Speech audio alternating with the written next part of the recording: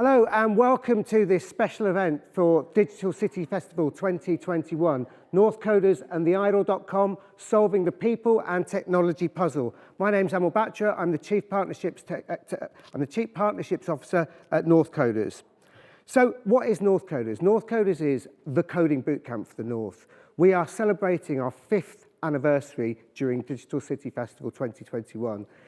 And over that time, over that 5-year period, we have graduated 750 people who have not had any background in technology, who have come to us to do a 14-week coding bootcamp, and 95% of those people are now working at over 235 different Northern technology businesses. Those businesses include ThoughtWorks, JLR, Peak, BAE, AO, Wejo, AccessPay, DAI, Digital Bridge, AeroCloud Systems, InfinityWorks, and Barclays, just to name a handful. The people that come to us have backgrounds ranging from law, finance, engineering, recruitment on one end of the spectrum, and to the other end of the spectrum, we've trained people who are job seekers, refugees, people who've worked in retail all their lives, people who have worked as minicab drivers, as factory floor assistants, as takeaway deliverers. We've trained a football coach, we've trained a farmer who's now a data engineer at Wejo, and we've even trained the station announcer from Piccadilly Station. As you've seen from that video, we're more than just a coding bootcamp. We can reskill people. We can take people who are your employees, if you're a business, and turn them into software developers. And once they've completed our course and they're junior developers, we've got a course that helps them upskill people. And finally, we can also build technology and teams for you. In today's event, we really want to shine a spotlight on one of our key clients. They're called theidol.com, and we have done some great work together starting to solve the people and technology puzzle. Linking in today, we've got Adam Vaughan, the IT director from The Idol, linking in to us from sunny Penrith. Hi, Adam, how are you doing? Hi, Amul. I'm very good, thank you. Excellent, excellent. So what's it like in the Lake District today? Today, it's a little bit grey, Those lakes got to come from somewhere, so we get our fair share of rain. Absolutely, probably not too different from Manchester in that respect. So please tell us a little bit about yourself and theidol.com and the work that you do. Cool, okay, yeah, so as you say, I'm IT director here at theidol.com. I'm coming up to my 20th year here, so I've been here man and boy, seen it grow from a very small operation into the fintech we are today. We are a financial technology company. We have interests in aggregator technology, provision of aggregator services to household name websites such as Compare the Market, Go Compare, Confused. And we're part of the Legal & General group, so we provide digital transformation services for them. And we also have a range of our own direct-to-consumer brands such as Protect My People, Annuity Ready, and our new next generation product platform, Santo. Fantastic, excellent. So you mentioned that you are part of the Legal & General group. How did that come about? Yeah, so theidol.com, as I say, provision of aggregator services, one of the services we provide was life insurance. So obviously Legal & General being one of the largest life insurers in the UK worked very closely with us. They had the usual problem of a FTSE 100 company in that it was often very costly, very time consuming for them to get digital transformation in place. They had a lot of problem with brain drain where they were bringing in external agents to do this work and no one within the organization was ever gaining those skills and moving things forward. In the idol.com, they saw a small, agile with a big A analytical A organization who could very quickly turn around change and deliver things on time, on budget. So they made an investment with us and they've improved that investment, increased that investment over the years till the point where we are a wholly owned entity within the Legal & General group. We're still kept somewhat at arm's length, and we are a company in our own right, an executive director on that. But we have a lot of support, a lot of governance oversight, etc. We sort of straddle both sides of that. We are still a small, nimble company, but we've got the strength of a FTSE 100 company behind us. We can really make best use of that. That's an amazing story, and I guess a real kind of like a secret, almost a kind of a hidden gem up in the lakes. How does that feel to be working at sort of as part of such a big group, but also kind of being able to retain your identity, be able to retain your location?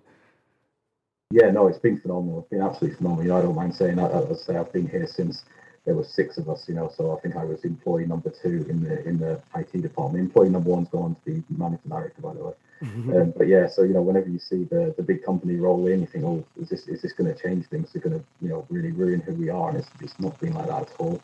We've really gone from strength to strength under their stewardship, and it's worked fantastically well. As I say, we're able to offer our employees benefits. We've got private medical cover, we've got death in service benefits, we've got fantastic share schemes, we've got really generous pension, etc. All that kind of thing that we wouldn't have been able to do as a small independent company. And one of our aggregated products, travel insurance, obviously being rather per 12 months for travel insurance, not a lot of travel going on. And again, if we were our own entity, that some really tough questions would have to be asked there. But Legal in General have got that trust in who we are and the strength that we have as an organisation, and they're happy to support our other strategic offshoots. Fantastic. Well, it's great to hear about that story and your story so far. So how did you first hear about Northcoders, and what got you interested in working together? Yeah, so as I say, we're quite a diverse organisation. We have a lot of plates spinning at any one time. We then have the wider Legal and General group, who obviously have their own initiatives and their own things they want to achieve that don't always necessarily align with the things that we have on our own roadmap. So as IT director, I'm constantly juggling with resource, capability, trying to make sure I've got enough people within the organisation to fulfill that demand, but not so many that I'm laying people off whenever things dry up. So I had looked at offshoring, I had looked at nearshoring, I'd looked at Eastern Europe, software houses, trying to work out if I could get that sort of supply and demand issues solved with temporary resource. I think one of our team, our Scrum Master Mark Howes, was at a digital event, a conference in the Northeast, with a presentation from Northcoders, and I think he was talking to you guys at that event. I'm very impressed with the company, and he came to me and said, "Hey, maybe we should have a look at these guys and see what they can offer." And for me, it was really important to be able to have that continuity with knowing that you were a small train journey away. Being based in Manchester as opposed to Ukraine was a big selling point for us. So that's how we first learned of Northcoders, and then that's sort of what started our journey together, I guess. Fantastic. And one of the first things you did was actually send some of your employees on our coding bootcamp. How did you choose who to send us? Yeah, so we're quite lucky. I think within Cumbria, it's not a very tech-focused county. We don't have an awful lot of large employers outside agriculture and nuclear, and so we get a lot of enthusiastic people who come into the organisation who don't necessarily have a lot of commercial experience, but you can still see potential there. You can see that they have the ability, the capability within themselves to be a developer and really come good, with the right opportunity and the right training and the right trust. And obviously, we're still a small organisation. I think we're up to 55 at the moment, and each one of those people we bring in potentially reduces the overall velocity of the squad who's working on the strategic project, because there's more coaching, there's more sitting over somebody's shoulder.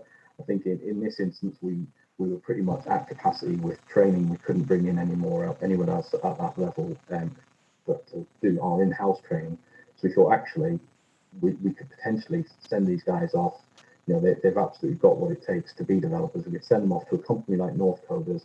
You guys put them through an intensive boot camp. We put very promising starters in at the front end, and at the back end, after the months they spent with you guys, you give us back to us as productive developers. That was really attractive to us. Excellent. Great. And actually, we have one of the first people you sent to us, Rebecca Collins, on the line. Be great to bring Rebecca in now and have a little chat to her about how she finds her experience. Hey, Becky, how are you doing? Thanks for joining us today. Hi, I'm good. How are you? I'm great. Loving the headphones. Thank you. Fantastic. So what were you doing at the idle.com before, Northcoders was a suggestion? So I just got employed as Northcoders was happening. I think the original plan was a college apprenticeship. Right. And then I guess there had been a meeting after I accepted the position with Northcoders. I got a phone call saying, you can either do this boot camp, which sounds pretty cool, teaches you exactly what you need, or college, make your choice. And I thought the boot camp sounded more appealing. Fantastic. And did you move down to Manchester to do the course? Yeah, I stayed there for the full 15 weeks. And how did you find it? Yeah, it was good. I really enjoyed it. It was the course was challenging, but it was interesting, and I liked that for me coming into it with no prior experience, it taught me the basics of exactly what I needed to just come back and do my job and not, extra things that might not be strictly relevant. Absolutely. And so how quickly did you actually start working on real life projects after you finished the course? Immediately. I came back and I got a ticket pretty much straight away. Obviously, I sort of started off with, slightly easier things that I could kind of just tackle by myself. And if I needed help, I could ask for it just to sort of get me used to the projects and because obviously that's a mission in itself, trying to work out Git. I think I still I still don't know how to Git. But yeah, no, pretty much straight away, I definitely think I was equipped with the tools I needed to come back and start tackling problems, and I definitely think I've been growing since then as well. And what kind of projects have you been working on? I work on mainly one project. It's a aggregator engine, rating engine. It's pretty complex. There's quite a few different sub-projects within it. I do both API and front-end work, less design because I'm not so good at that. But we sort of really get to try everything, and I think that's always important because it keeps your skills up. Yeah. And I guess final question from me before we go back to Adam for a minute. How do you like your new career as a web developer? I really like it. I come from a science background, so problem solving and things like that are always things that I've enjoyed doing. And that there's definitely a high element of that in this job, and I really like it. I also I don't like to feel stagnated in a career. I like to always feel like there's something new and exciting that I could be learning, even if it's not even that particularly relevant. And web development, the day you've stopped learning is the day that you need to just retire because you've given up on it. There's always something to learn. That's fantastic. Well, I'm glad that you could join us today, and I'm glad that you chose a pair of headphones that match my shirt colour. It's like we planned it. And yeah, thanks so much, and congratulations on all the great work you're doing up in Penrith at the Thank Idol. you. I think let's switch back to Adam for a moment. Hi, Adam. So yeah, I mean, what a lovely story. So in terms of obviously Becky was one of the first people you got back. Was it quite easy to integrate her her into the team, and as she said, start doing tickets pretty quickly? Yeah, absolutely. I think it totally achieved what we were setting out to do there. We immediately have a productive developer who comes in, can hit the ground running, as Becky says, can immediately start picking up tickets, and is immediately a productive, useful member of the squad. Fantastic. Next, in kind of the story of Northcoders and the Idol.com working together, you actually hired one of the graduates who had chosen to come to us on his own, Matthew Daly. He loved the idea of what you did so much that he actually moved, I think, from his home in Wigan up to sort of be with you. Up to the lakes, and he's also just enrolled on our upskill program. So it's a 13-month apprenticeship program, which is a tailor-made curriculum for a business like yourself, where you choose some modules that suit your tech stack, and then give him the plan is to give him the skills, knowledge, and behaviour to get him towards the level of a mid-level developer. Matthew, are you there in the ether? Hello, Matthew. I am indeed. Unfortunately, no earphones to match your shirt, but. It's great to see you. How's it all going up there? Yeah, it's good. When the weather's beaming, it's obviously a lovely place to be. Today's a little bit grayer, but yeah, it's definitely a lovely place to move to and to become a web developer. The company itself has been fantastic. So let's just take you back before the move. What was the bootcamp like for you? The bootcamp initially was fairly achievable because I'd done a lot of hobbyist programming myself. So I taught myself the basics of JavaScript and HTML, etc. And then after the kind of first few weeks, it suddenly ramped up and got a lot more challenging. And the challenges were coming thick and fast, where we were, creating whole backends in a week and the front end as well in a week, and then the project phase. So it kind of gradually got harder and harder. But the good thing was there was lots of people who had the same mindset working together. So when you came in after one of those days where you just wasn't feeling quite up to it, someone was kind of like, you know, come over here, let's solve this problem together. And that kind of helped to keep you going and to get to the end of it and achieve your goal of becoming a developer. We certainly don't make it easy, but then I think the skills that you would gain in that period are a lot. So, you know, it's good to be keeping you on your toes in that respect. Exactly. So you were living, have I got that right? It was in Wigan beforehand? It was actually Warrington. Warrington, so sorry. It's normally not a nice thing to compare the two. I think people from Wigan would say the same. But yeah, apologies to people in both. But yeah, I was actually previously living in Hong Kong, but I'm originally from Warrington. So I moved back after a few years overseas and fancied a change of career because, kind of like Rebecca was saying, I wanted something that was always going to be challenging and always going to be pushing you to be better. And web development was something that I kind of fell into by accident, following teaching some students who were developers. And I just got playing, and you know that kind of hooked me onto it. So yeah, that's kind of how I came back and then joined Northcoders, because it had kind of a good reputation. Fantastic. No, and then, so what made you sort of apply to the idol.com? What was because obviously it wasn't where you lived. Yeah, it was a bit of an odd one. I think the company itself sounded quite exciting. You know, I wanted to work on products that were challenging and something that I could be interested in, rather than just creating generic websites that I had no buy-in to. So definitely that was a big part of it. But also the fact that they're in the lakes was a big winner for me, because I've got 2 young children. So moving up here with the kids has been fantastic, especially after coming from Hong Kong, where they had very little time to be outside, to having basically everything outside was really good. But also the fact that, as Adam was saying, they've kind of grown quite a lot in the last few years with the acquisition by L&G, and I saw that as a really good opportunity as someone who was quite eager to push himself to be better, to progress within the company. Fantastic. So I guess, you know, great to not just moving yourself, but moving your entire family up there and seeing the benefits of actually being outside, being in such a beautiful part of the world. So tell us about Upskill. How is what you were learning on the program helping your day-to-day work? Yeah, Upskill's been really fantastic. Meeting some of the old instructors that from the boot camp, but also some new ones, has been really great. I particularly enjoyed the testing module, which was led by Ant. And I think he's kind of turned me into a testing advocate. I generally push it to everybody, especially some of the new tools that I came across. So I've actually brought some of those tools into the newer projects we've started working on.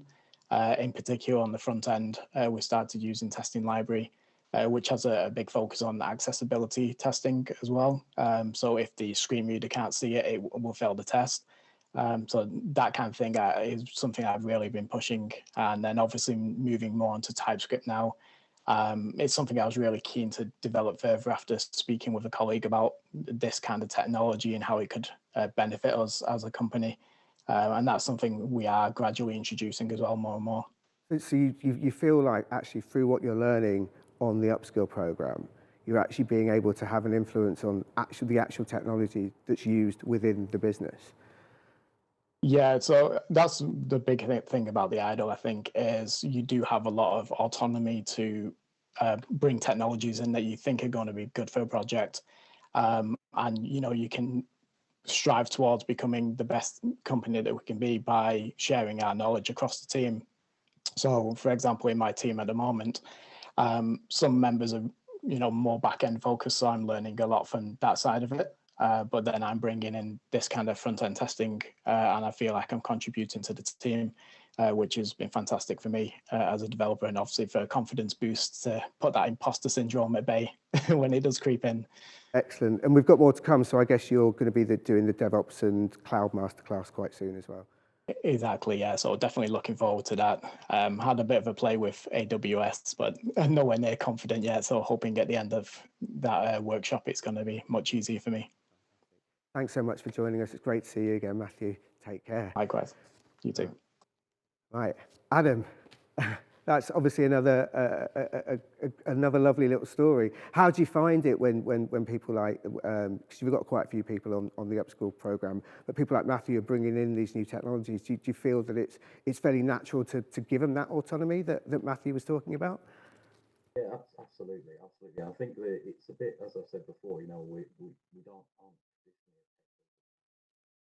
That means we probably have more self-taught developers and people who've done that in their bedroom as a teenager and moved on from there. So I think it's a little bit like learning to drive, and getting taught by your dad. You can learn a few habits, you can learn a few set ways that aren't necessarily the way the book would like you to do it. I think having someone come back from a course like the Upskills program and actually evangelize these cutting edge practices and more industry standard practices is absolutely a good thing. And the more that propagates through the company, I think there is quite a lot of storytelling goes on between the different squads around different approaches that they find works better, and it's very rarely that it's anything but a very positive thing for the company as a whole.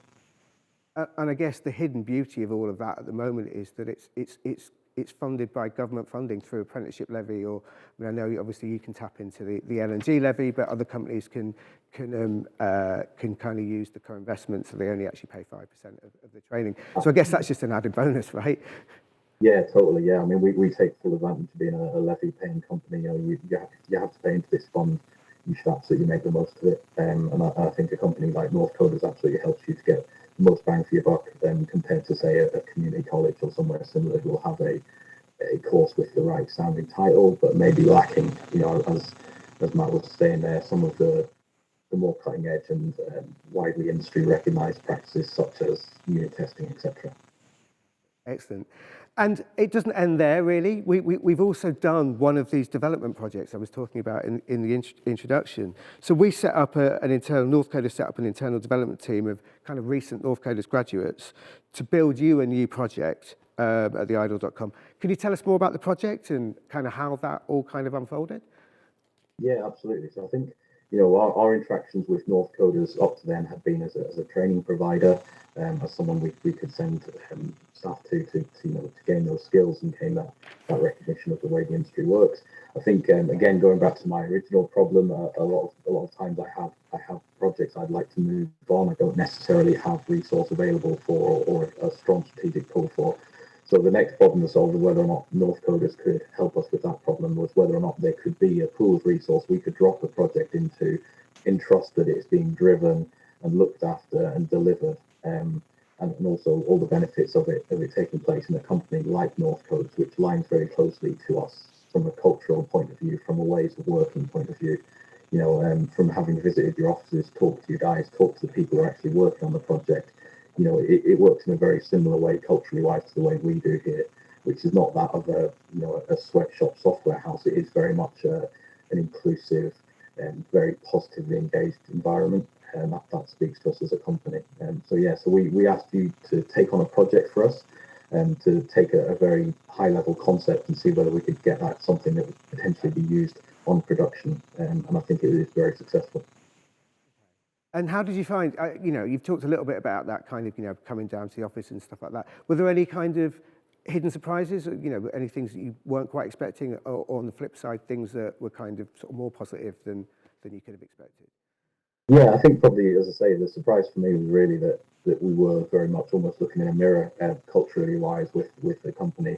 And you guys obviously spend a lot of time making sure that is a positive, empowered environment there, and that really shone through. And I think a lot of times in technical requirement gathering, in technical direction setting, it can be a very dry experience driven by engineers. That wasn't the case with Northcoders. The guys we were talking to, albeit some of them at a very junior level, these guys, recent graduates of the boot camp, etc., they were absolutely engaged. They were wanting to go on the journey with us. They were offering input beyond just the technical requirements gathering. I think they believed in the story we were trying to tell, and they added a lot of value from that point of view, as well as just actually delivering the technical capabilities of the project. Fantastic. So yeah, again, another lovely little story. So what's next for theidle.com? I believe you're on a hiring drive. I believe you're growing. Yeah, tell us through what your roadmap looks like. Yeah, so as the team that Becky's on, so as Becky was talking before, she's on quite a complex project. We've just recently launched a new product platform called the Santo. It's an underwriting engine, it's a decision engine, it's an insurance product platform. You can use it for rating, you could use it for smart fridges if you wanted to go and send out for milk. We're looking at LNG, the opportunities that are available to us within the group. We're also talking to other large companies. We're looking in America for opportunities out there. So Asanto at the moment, Asanto is a huge focus for us as a business. The traditional aggregator services are going from strength to strength. We're still continuing to deliver on that, and we're seeing a lot of success in our direct consumer products as well. So we recently launched a gadget comparison service, which is new for us. So yeah, it's exciting times. I think those upskilling courses that the likes of Matt's on there, if we can develop a resource, and a lot of our projects are journey-based stuff, where we can have people working on those journeys. If we can send the likes of Matt, the likes of Becky out to the upskilling courses and have them more rounded as a full stack developer with that level of knowledge, then potentially they become very useful to us on the likes of a Sampo. Potentially they become useful to us maybe in the DevOps squad, etc. So all these squads now are at a point where they are growing, and the opportunities are growing alongside. So it's great to be able to use Northcoders to help us, upskill our workforce to meet those demands. Fantastic. Well, it's really great to hear your story. Thanks so much for joining us. And I guess, thanks for explaining and talking to us about how indeed we have worked together to help solve what we'd like to do, which is this people and technology puzzle. Thanks, everyone. Thanks for joining us today. And thank you, Adam, Rebecca, and Matthew, and have a great day.